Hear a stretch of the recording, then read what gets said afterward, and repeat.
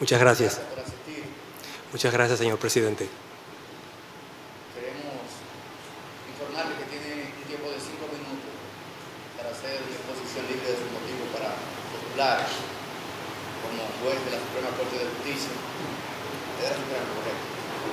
Y luego de terminar su exposición, entonces vienen las preguntas, que esperamos que las pueda responder lo más breve posible. Sí, sí.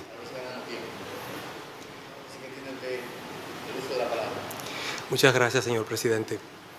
Excelentísimo señor presidente de la República y demás honorables miembros de este Consejo Nacional de la Magistratura. Soy Edinson Alarcón, actualmente juez presidente de la primera de las 3 salas en que se descompone la estructura funcional de la Cámara Civil y Comercial de la Corte de Apelación del Distrito Nacional.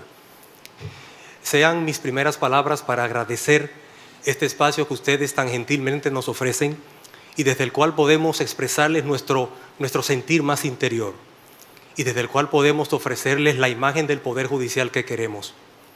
Pienso sinceramente que es un gesto que la población dominicana valora muy positivamente y del cual muy especialmente usted, señor presidente, puede sentirse muy orgulloso. Los que me conocen sabrán que no me gusta hablar de mí mismo. No me gusta expresarme en primera persona sobre los que pudieran ser mis merecimientos, mis escasas virtudes profesionales, académicas o personales. Creo, y lo creo con toda sinceridad, como decía Sir William Shakespeare, que al final de cuentas el ser humano con su fardo de vanidades a cuestas, más que la sombra de un sueño, es la sombra de una sombra. Sin embargo, dadas las circunstancias, pues les puedo decir, en este caso que tengo prácticamente 20 años administrando justicia, diría yo, dirimiendo conflictos y pasiones humanas, y poco más de 20 años muy vinculado a la cátedra universitaria, muy vinculado a la academia. Me he involucrado en todo cuanto signifique un progreso, una mejora para el desarrollo institucional del Poder Judicial, para el desarrollo de mi país, para el crecimiento de la academia, para acercar la academia, para hacerla más accesible, sea que se me convoque desde el mismo Poder Judicial a propósito del desarrollo de una determinada política institucional, sea que se me convoque desde la Escuela Nacional de la Judicatura, institución en la cual, dicho sea de paso, dirijo el comité, dirijo la sección especializada en temas de derecho privado y he sido docente en esa institución desde la fundación misma de ella, hace ya prácticamente 20 años. Sea pues que se me convoque desde el Congreso para que ofrezca algún parecer con relación a algo que se esté debatiendo en un momento dado en cualquiera de las salas legislativas, sea que se me convoque para participar en una iniciativa que tienda a la creación de puentes de ayuda, de puentes de buena comunicación entre la justicia privada, entre la justicia paccionada o justicia arbitral y la que se sirve desde el Estado, sea pues que se me pida que me involucre en algún proyecto tendente precisamente a la presentación de un proyecto al Congreso sobre un tema que en la actualidad se requiera, que en la actualidad haga falta. Fue lo que sucedió recientemente con ocasión de la Ley 544-14. Yo fui parte de la comisión que redactó el proyecto que posteriormente se presentó al Congreso de la República y que luego produjo lo que hoy día se conoce como Ley de Derecho Internacional Privado. En esa misma tesitura, en ese mismo orden, pues en la actualidad presido la Asociación Dominicana de Derecho Internacional Privado, que es un instrumento de reciente creación, sin fines de lucro, especializado en el tema de la difusión de los problemas que son propios del derecho internacional privado. Ustedes a través de mi hoja de vida podrán darse cuenta, podrán ver, podrán constatar que he tenido un desarrollo profesional un tanto atípico, si se quiere, precoz. Yo con apenas 20 años ya era abogado, ya estaba ejerciendo mi profesión y a los 26 años de edad cumplidos era juez de una corte de apelación. Si las estadísticas no mienten, en aquella época, les hablo del año de 1998, era el juez de nivel de corte de apelación más joven que había en la República Dominicana. Por supuesto, desde aquella época a esta fecha ha llovido mucho. En el camino, como ustedes pueden darse cuenta, he perdido hasta el cabello, como consecuencia de los ajetreos propios del ejercicio jurisdiccional. La verdad no es fácil. Esto de dirimir conflictos crea unos conflictos, valga la redundancia, verdaderamente pesarosos, verdaderamente trágicos a veces. Y entonces estamos aquí ante ustedes no solicitándoles un ascenso por un ascenso, Dios me libre. Yo no vengo donde ustedes a pedirles que me lleven a la Corte Suprema, porque tal vez en el escalafón debiera escalar esa posición, así porque sí, sino que lo hago desde el firme convencimiento de que puedo aportar. Lo hago desde el firme convencimiento de que tengo las competencias que son necesarias para estar en esa posición, porque me considero que he llegado a un punto de mi vida profesional en que puedo aportar desde ese tribunal para el crecimiento de mi país, para el crecimiento del Poder Judicial y nada más. Los que me conocen, no lo digo yo, los que me conocen dicen que yo soy un juez estricto, que yo soy un juez estudioso, que soy un juez honesto, que soy un juez disciplinado, que soy un juez patológicamente trabajador. Esas virtudes, si es que las tengo, son las que yo humildemente les presento a ustedes con ocasión de mis aspiraciones. Son las que pudieran legitimarme en las aspiraciones que tengo de ocupar una vacante en la Suprema Corte de Justicia, si ustedes así lo consideran pertinente. Muchísimas gracias.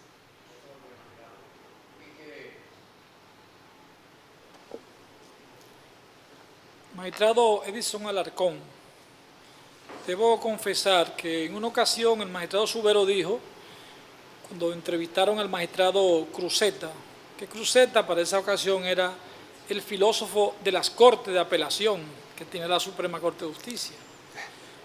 Y ahora que está usted ahí, yo digo que usted es el filósofo joven que tiene la Suprema Corte de Justicia. Es uno de los jóvenes talentos, jueces que tenemos, con mayor trayectoria, con mayor conocimiento académico, preparado. Y es un lujo tenerlo a usted en una de las cortes de la Suprema Corte de Justicia. Magistrado, muchas gracias, me honra con sus palabras. Me gustaría saber su opinión en cuanto a la labor activa del juez civil para dictar medidas de instrucción, como comparecencia, otra medida, a raíz de un proceso que se le presente en sus manos con tal de buscar la verdad del proceso que tiene a cargo. Por favor. Ciertamente nosotros hemos crecido escuchando como si fuera un cliché que el juez en materia civil tiene un desempeño pasivo y que en tal virtud debiera cohibirse de asumir eso a lo que usted se refiere, que debiera cohibirse de impulsar oficiosamente medidas que considerara oportunas para mejor decir el derecho, para mejor decidir los asuntos que le fueran planteados. Pienso, sin embargo, que luego de la reforma que hubo en nuestro procedimiento civil a partir del año de 1978, con la promulgación muy concretamente de la Ley 834 del 15 de julio del referido año, ese panorama cambió drásticamente. Y hoy día pienso que muy poca gente todavía continúa pensando que los jueces tengamos que asumir un papel incondicionalmente pasivo frente a la instrucción del proceso. Hay casos, por supuesto, en los cuales uno tiene que medir, en los cuales uno tiene que sopesar qué tan pertinente es el mecanismo de prueba que alguien está proponiendo, porque al final hay que siempre tomar en cuenta la pertinencia del medio propuesto y su legalidad. Hay que tomar en consideración esos dos factores antes de que el juez pueda efectivamente ordenar alguna medida de instrucción, sea un informativo testimonial, sea una comparecencia de partes, sea una experticia, lo que fuere. Pero yo sinceramente creo, al menos en principio, es una respuesta bastante genérica, que el juez puede disponer las medidas que considere útiles en un momento dado para mejor proveer. Ahora, condicionado eso a que la medida propuesta sea oportuna y que sea legal. Cuando digo que sea oportuna es que reporte un beneficio, que tenga virtualidad, que tenga pertinencia, porque vamos a ver, y es una vieja discusión que hemos sostenido durante ya muchísimo tiempo, el artículo 1341 del Código Civil establece con claridad meridiana que las obligaciones dinerarias que superen una determinada suma deben ser acreditadas por escrito. Yo soy de los que entienden que si me plantean un informativo testimonial con ocasión del establecimiento de la existencia de esa deuda y la ley me dice que yo debo exigir una prueba escrita con ocasión de esa situación, ¿para qué voy a ordenar, digo yo, una medida de informativo testimonial cuando es la propia ley la que me obliga a exigir la aportación de una prueba literal? En este caso, el mecanismo de prueba propuesto sería absolutamente inútil desde mi punto de vista. Sé que no es un criterio pacífico, sé que sobre este tema hay ciertas disidencias, hay gente que no lo comparte. Yo obviamente respeto esas posiciones, respeto esas posturas, aunque modestamente no las comparta. Asumo la aplicación del artículo 1341 del Código Civil como un tema de seguridad jurídica. Si nosotros abrimos los tribunales para que venga todo el que quiera decir lo que se le antoje en un momento dado y de esta manera quizás probar una creencia de millones y millones de dólares, estaríamos apostando por la cultura del caos y del desorden. Y yo pienso que no podemos llegar a esos extremos.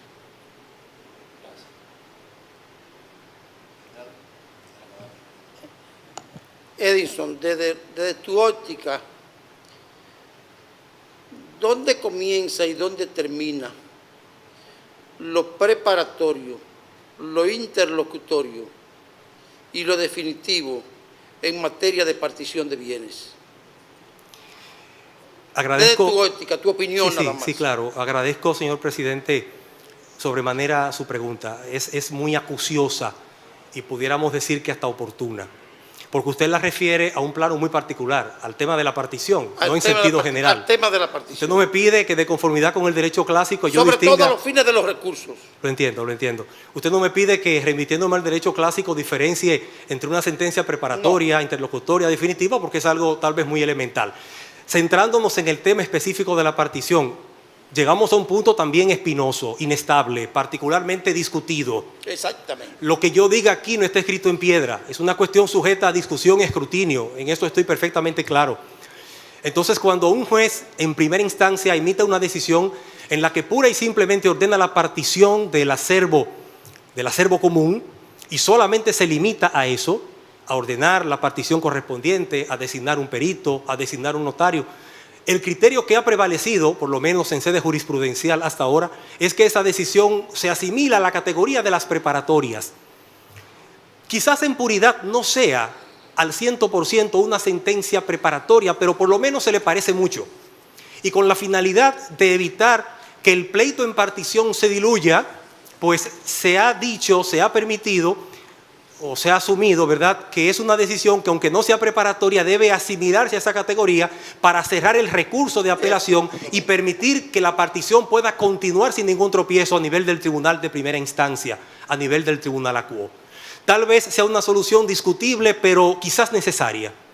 Pudiéramos decir tal vez que es un mal necesario para ganar tiempo, para impulsar el procedimiento, para hacerlo funcional, para hacer que se mueva. Señores, de lo contrario, estaríamos viendo en apelación esa cuestión, luego irían a la Suprema Corte de Justicia, ¿quién quita que hasta fueran al Tribunal Constitucional y mientras tanto el trámite de partición parado en primer grado? Es lo que no se quiere permitir precisamente. Entonces, aun cuando la sentencia de partición en puridad no sea una sentencia preparatoria, se le asimila como tal por un tema de buena administración del servicio público de la justicia.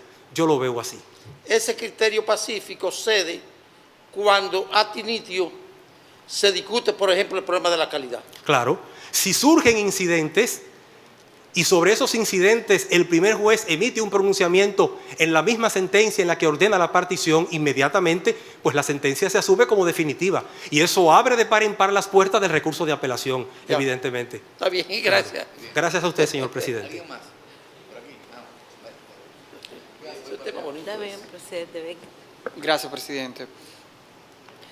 Tomando en cuenta que siempre procuramos una justicia más eficiente y que hay por décadas un enorme cúmulo de casos y expedientes, que se ha hecho un buen trabajo para eficientizar y que sean mucho menos nuestros internos preventivos, me gustaría saber si tiene alguna idea de cómo pudiera, de ser escogido usted dentro de los miembros de la Suprema Corte de Justicia, dinamizar todavía aún más del buen trabajo que se ha hecho a la fecha para reducir la cantidad de internos preventivos que tenemos hoy en día, que continúa siendo muy elevada.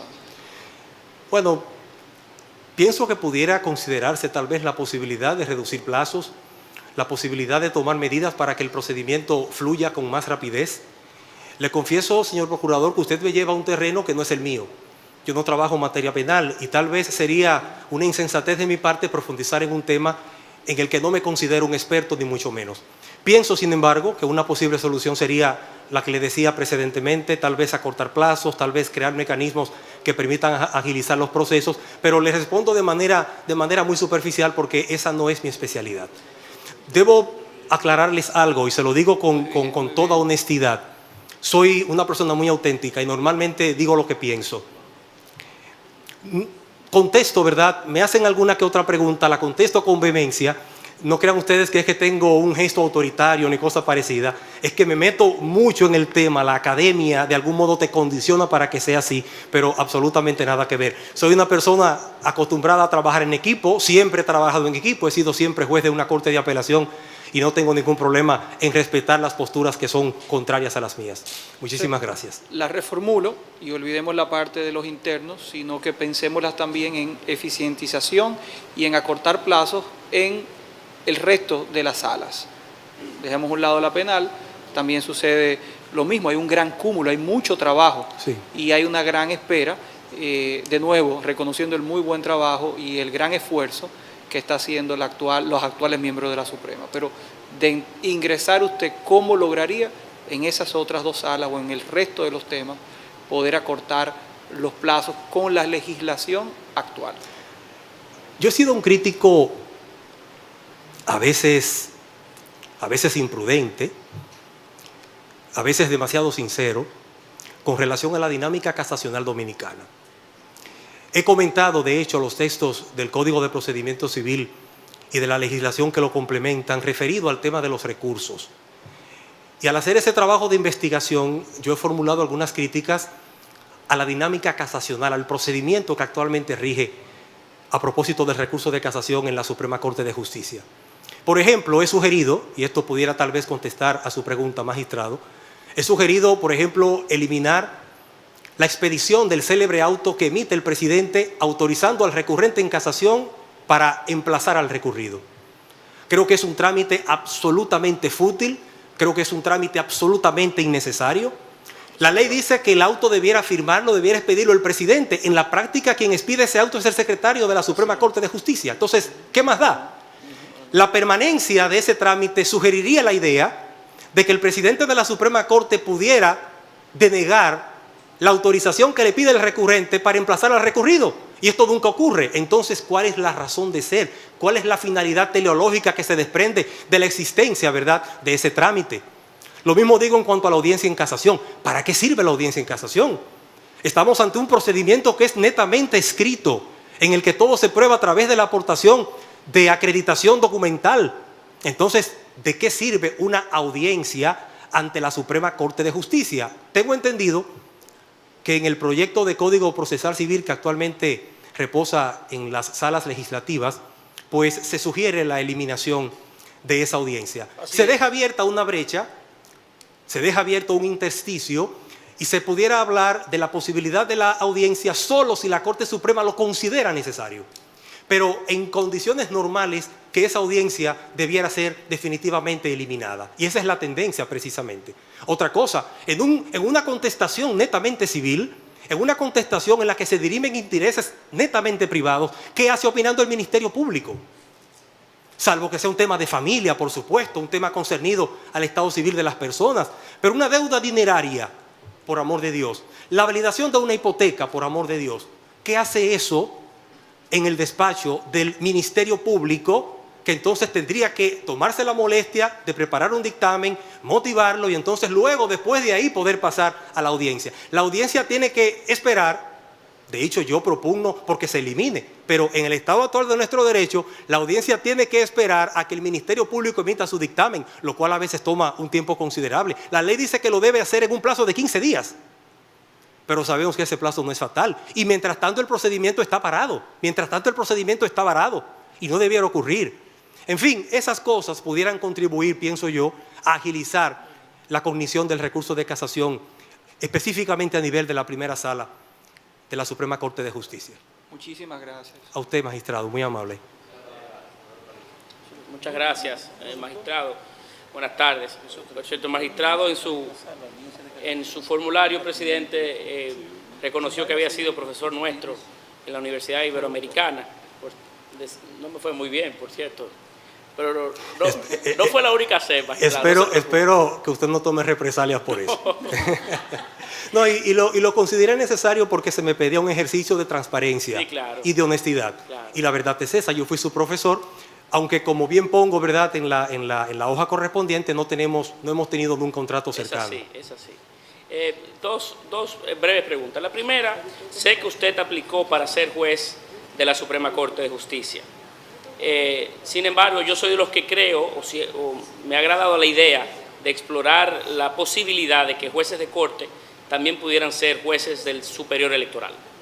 En el caso particular suyo, pudiera ponderar, si está en la venia del Consejo, un elemento que no está necesariamente recogido ni lo prohíbe ninguna norma, ser juez del Tribunal Superior Electoral.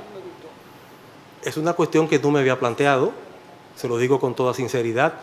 Tendría que consultarlo con la almohada, consultarlo con mi mujer, evidentemente con mi familia. En principio no tendría ninguna objeción, aunque tendría que comenzar a estudiar a fondo la materia electoral, que es algo en lo que yo no soy ningún experto. Pero lo consultaría con la almohada y luego podría responder sobre ese particular. Muy bien. Aunque no lo descarto. Muy bien, gracias. En una última pregunta. Una aclaración para sí, antes cómo que tú te continúes. Yo, si él me consulta a mí, le digo que no, para que no se me vaya del plano judicial. Del plano, claro. Pero reconozco ¿Por qué tú quieres que los buenos se vayan para el sistema electoral? Déjamelo en el Poder Judicial.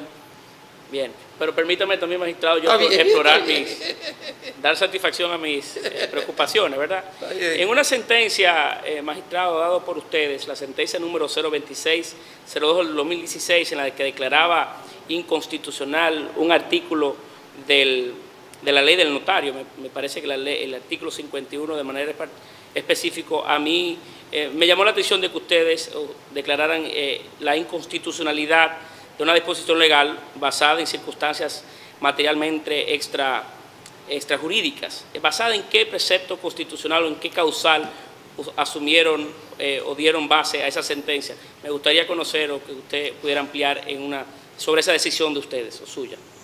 Es otra pregunta que agradezco sobremanera porque me da la oportunidad de referirme a algo de mucha vigencia, de mucha actualidad, y por qué no, algo ostensiblemente inestable, incómodo de abordar, sobre todo porque es una cuestión que genera muchos intereses, que despierta muchas pasiones. La actual ley sobre el notariado, promulgada hace apenas algunos meses, en el año 2015, pensamos nosotros, tiene ciertos problemas, tiene ciertos vicios de construcción. Hay algunas cosas ahí que, al final de cuentas, no terminan de estar claras. Me ha pedido sinceridad y estoy siendo con ustedes sincero. Sobre este tema ni siquiera estoy ensayando una respuesta de carácter político, estoy diciendo lo que pienso. Y les doy un ejemplo. Esa misma ley establece que la Corte de Apelación del Departamento Judicial correspondiente tendrá que ser la que se entienda con los sometimientos disciplinarios que se sigan a los notarios. Nos da esa competencia. Y más tarde, en el texto que sigue, la ley establece que lo resuelto por nosotros, por las Cortes de Apelación, tendría que ser, o que podría ser, mejor dicho, recurrible ante el Supremo, ante la Suprema Corte de Justicia. Y no dice más nada. No dice si es con ocasión de un recurso de apelación, no dice si es con ocasión de un recurso de casación. Y ante un texto así, tan confuso, tan ambivalente, tan anfibológico, uno queda impactado, uno queda devastado. Esto, de algún modo, prepara el terreno para lo que le voy a decir ahora con ocasión a lo que me pregunta, referido al artículo, me parece que es el 51 de la ley del notariado, que actualmente nos rige. ¿Por qué nosotros, y me parece que fuimos los pioneros, fuimos los primeros que lo hicimos, pero luego otros tribunales también lo han hecho? ¿Por qué nosotros entendimos que ese texto era inconstitucional? Por un tema de razonabilidad, tan sencillo como eso.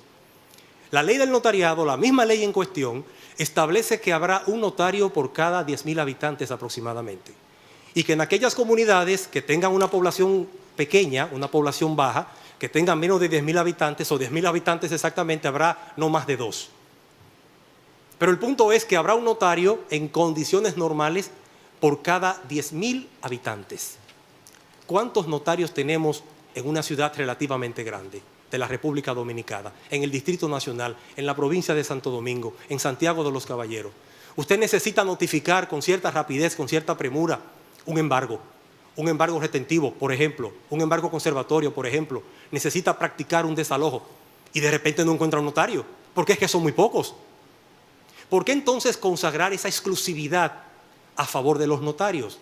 El problema no está en que los notarios tengan las competencias para estructurar, para notificar estas actuaciones.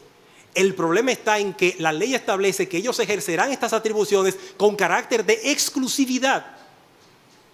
Lo que teníamos antes de esta ley era un régimen en el que quienes hacían estas notificaciones eran los alguaciles. Y de hecho los alguaciles continúan haciéndolas. Y nosotros allá en la Corte de Apelación lo que decimos es que no podemos comenzar a anular a tientas y a locas todos los actos que nos lleguen referidos a este particular que hayan sido instrumentados por notarios o por alguaciles. Los estamos validando todos, no pasa nada. Hasta tanto el Tribunal Constitucional, que está apoderado del tema, dirime el asunto y diga qué es lo que vamos a hacer. Resumiendo, ¿verdad, senador, la respuesta a su pregunta? No es que lo hayamos hecho sin un criterio jurídico, por supuesto que lo había. El principio de razonabilidad consagrado en la Constitución del Estado, en la Constitución de la República, porque no es razonable que exclusivamente los notarios puedan notificar estos actos a pesar de que hay tan pocos notarios en las ciudades que son grandes. Ese fue el criterio que finalmente prevaleció. Gracias a usted. Buenas tardes, señor magistrado Edinson Alarcón Polanco. Ha demostrado tener buenas competencias, tener un buen perfil, una buena actitud, una buena capacidad de trabajo.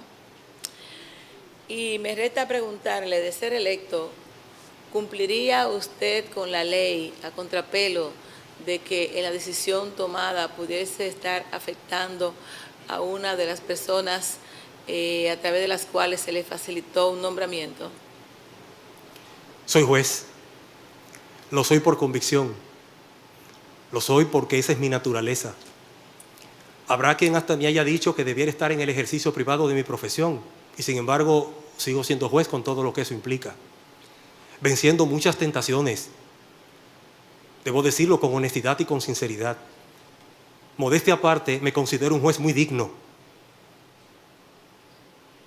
Entonces, el hecho de que yo sea juez, el hecho de que ostente, ¿verdad?, esa investidura, me obliga a proceder conforme a lo que establece la ley, conforme a lo que establece la norma. Por encima de todo, de conformidad con lo que establece la Constitución, que es la ley fundamental.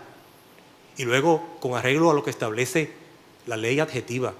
Pero siempre ciñéndome al ordenamiento que es por el cual nos regimos todos. El día en que yo deje de cumplir esa sagrada función, pues no mereceré ser juez.